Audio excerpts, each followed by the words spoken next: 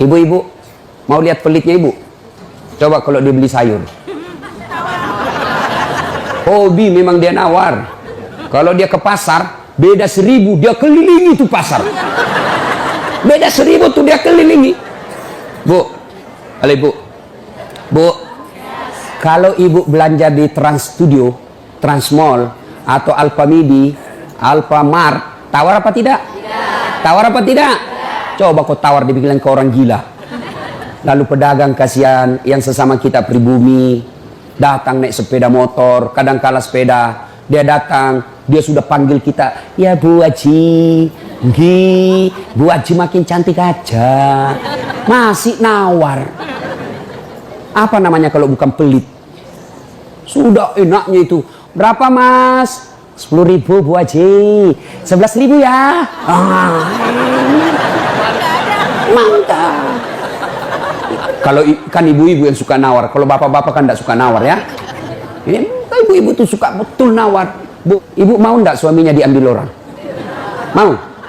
Silahkan pelit. Orang pelit itu tidak ada yang suka. Bahkan orang pelit sekalipun tidak suka sama orang pelit. Benar Pak. Begitu jeleknya itu sifat pelit, tidak ada yang suka. Coba saya tanya, bapak-bapak senang tetangga dermawan atau pelit? Ibu-ibu senang suami yang pelit atau dermawan? Senang mantu yang pelit atau dermawan? Teman-teman yang pelit atau dermawan? Dermawan, tidak ada orang suka orang pelit. Bahkan orang pelit pun tidak suka sama semuanya pelit. Jangan kau ke rumahnya, pelit dia itu, padahal dia juga pelit. Begitu jeleknya itu sifat pelit. Demi Allah, tidak ada orang bangkrut gara-gara sedekah. Adakah pernah bapak dengar, Mas, tuh yang di sudut rumah di komplek, tuh kaya betul dulu Ustadz, cuma karena dia rajin sedekah, bangkrut. Ada? Tidak pernah. Biasa kita ini sangka buruk kepada Allah, tidak mau bersedekah karena sangka buruk. Nanti saya makan apa? Nanti saya makan apa? Jangan cemas rezeki, jangankan diambil orang, tertukar saja tidak. Cicak aja dijamin rezekinya. Tahu cicak? Tahu? Cicak makan apa ibu? Masuk akal enggak? Enggak masuk akal. Gimana caranya? Satu di dinding, satu terbang. Di mana ketemu? Enggak ada terminalnya. Kalau pesawat terbang, kita jalan, ada ketemunya di mana? Di bandara. Ini cicak satu terbang, satu di dinding. Di mana ketemunya? Tapi lagu kita waktu kecil kan, cicak-cicak di dinding, diam-diam merayap, datang seekor nyamuk. Nyamuk yang datang. Nyamuk yang datang. Allah jamin rezekinya.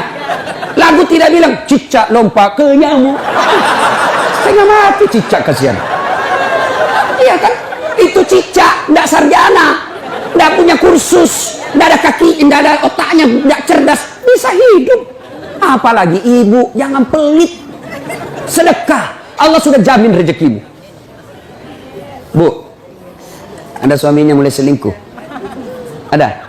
Tidak usah curhat sama tetangga, apalagi curhat di Facebook. Tak kusangka kau begitu. Pret, beleng-beleng. Rahasia keluargamu kau ungkap di Facebook. Begitu mulai, bu, ciri-ciri laki-laki yang sudah mulai lain-lainnya. Kalau yang selama ini tidak pernah pakai sisir keluar, tiba-tiba rapi. Tidak pernah pakai parfum, tiba-tiba beli parfum malaikat subuh. Nah, yang tadinya keluar rumah tidak pernah pakai setrikaan, langsung rapi. Yang paling mencurigakan kalau dia terima SMS dalam kamar mandi. 70% wajib dicurigai. Nah, kalau sudah begitu ibu tidak usah curhat sama tetangga, lebih curhat kepada Allah. Bangun ibu sholat hajat, lakukan sampai 8 rakaat. Setiap 2 rakaat di sujud terakhirmu kau berdoa kepada Allah. Ya Allah, engkau yang membolak-balikkan rasa cinta dalam hati suamiku. Tidak mungkin aku bisa mengendalikan cintanya. Ya Allah, tidak mungkin aku jaga dia 24 jam. Engkau yang maha menjaga ya Allah. Ya Allah, pelihara suamiku dari godaan perempuan lain. Ini ada duit saya 500.000. Saya tolak bala besok ke panti asuhan. Mudah-mudahan 500.000 suamiku terhindar dari wanita jahat. Bismillah. Coba amalkan itu, Bu. Coba amalkan. Yang jadi masalah kalau suaminya juga sudah tahu rumusnya. Dia bangun juga sholat tahajud. Dia bangun pula sholat hajat. Istrinya sebelah, kamar sebelah, suaminya kamar sebelah. Ya Allah, capek sudah saya lihat istri saya, ya Allah.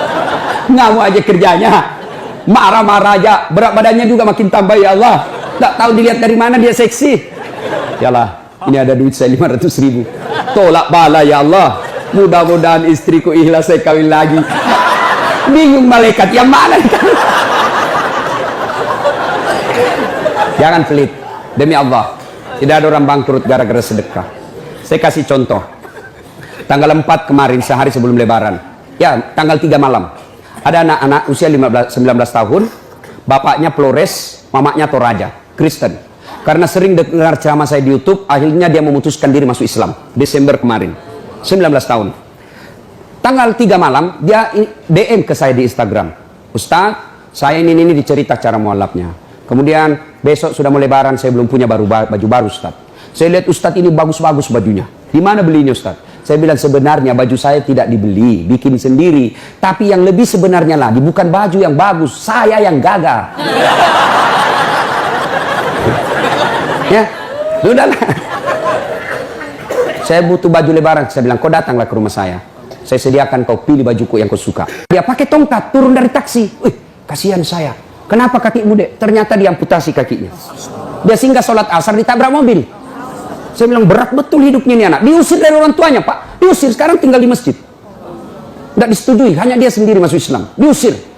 Bilang, kenapa kakimu? Saya cerita. Sedih saya, sempat berkaca. Yang sedih Ustaz, ini tidak ada artinya ini kaki ketimbang iman saya kepada Allah. Luar biasa, 19 tahun. Saya ambil baju saya yang paling bagus. Kau pilih nih, Dek, mana kau suka? Bener, diambil yang paling bagus. Sempat juga saya nyesal.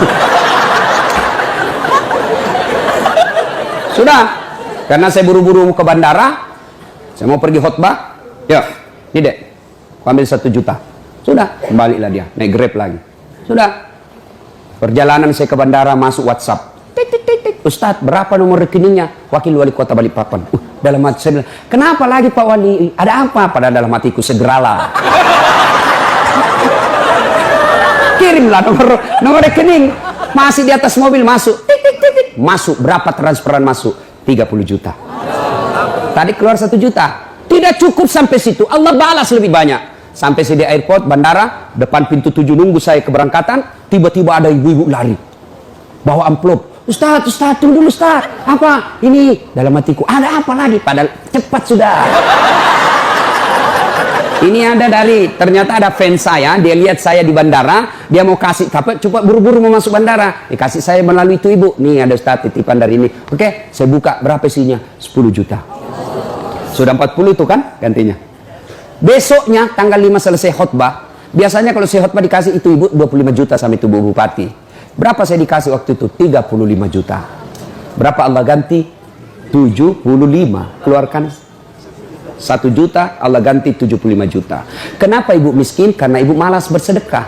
Selalu berkeyakinan saya miskin. Maka Allah, ana indasani abdibi. Saya tergantung sangkanya hambaku. Kalau kau sangka tidak mampu, maka kau kasih tidak mampu. Sedekah ibu. Allah tidak lihat 1 jutanya, Allah tidak lihat 100 ribunya. Yang Allah mau nilai, kamu sedekah enggak 1 hari ini. Jangan pernah lewatkan maghrib tanpa sedekah di hari itu. Coba amalkan. Coba. Kenapa kita tidak bisa umroh? Karena selalu yakin saya tidak mampu. Maka Allah, ya sudah, kok dia yakin tidak mampu. Sedekah. Pulang ini kau sedekah sama tetanggamu. Cari orang miskin. Cari janda-janda tua. Tidak usah janda muda, banyak yang bisa selamat. Jelas? Salatullah salamullah ala toha rasulillah. Salatullah salamullah ala yasin habibillah. Nah, sudah banyak sebenarnya penyakit hati, tapi waktu yang terbatas. Saya cuma bilang waktu yang terbatas. Saya ada acara di Bandung ibu jam 10. Saya ini orang kampung. Saya tidak tahu Bogor ke Bandung jauh. Saya pikirnya 1 jam. Inilah kalau kita pakai pulsa lokal. Saya orang kampung, tidak tahu saya. Oh ternyata jauh. Nah, saya harus segera selesaikan. Insya Allah kalau panitia ngundang saya lagi ke sini, saya datang lagi. Insya Allah ya. Nah, ini penyakit hati. Sekarang gimana cara mengobatinya? Ala bizikrillahi tatma'innul qulub. Ketahuilah dengan berzikir, mengingat kepadaku, maka hatimu akan jadi tenang. Jadi kalau kita punya penyakit hati, maka datang di majelis zikir Al-Ihya ini. Ini salah satu caranya. Memang ibu tidak dapat voucher, memang ibu tidak dapat undian, tapi apa yang ibu dapat? Ilmu, tapi ilmu tidaklah terlalu menolong ketika ilmu itu tidak diamalkan. Amalkan yang Bapak Ibu tahu, maka Allah akan berikan ketenteraman jiwa, ketenangan hati. Kalau hati sudah tenang, itulah kekayaan kita yang paling baik.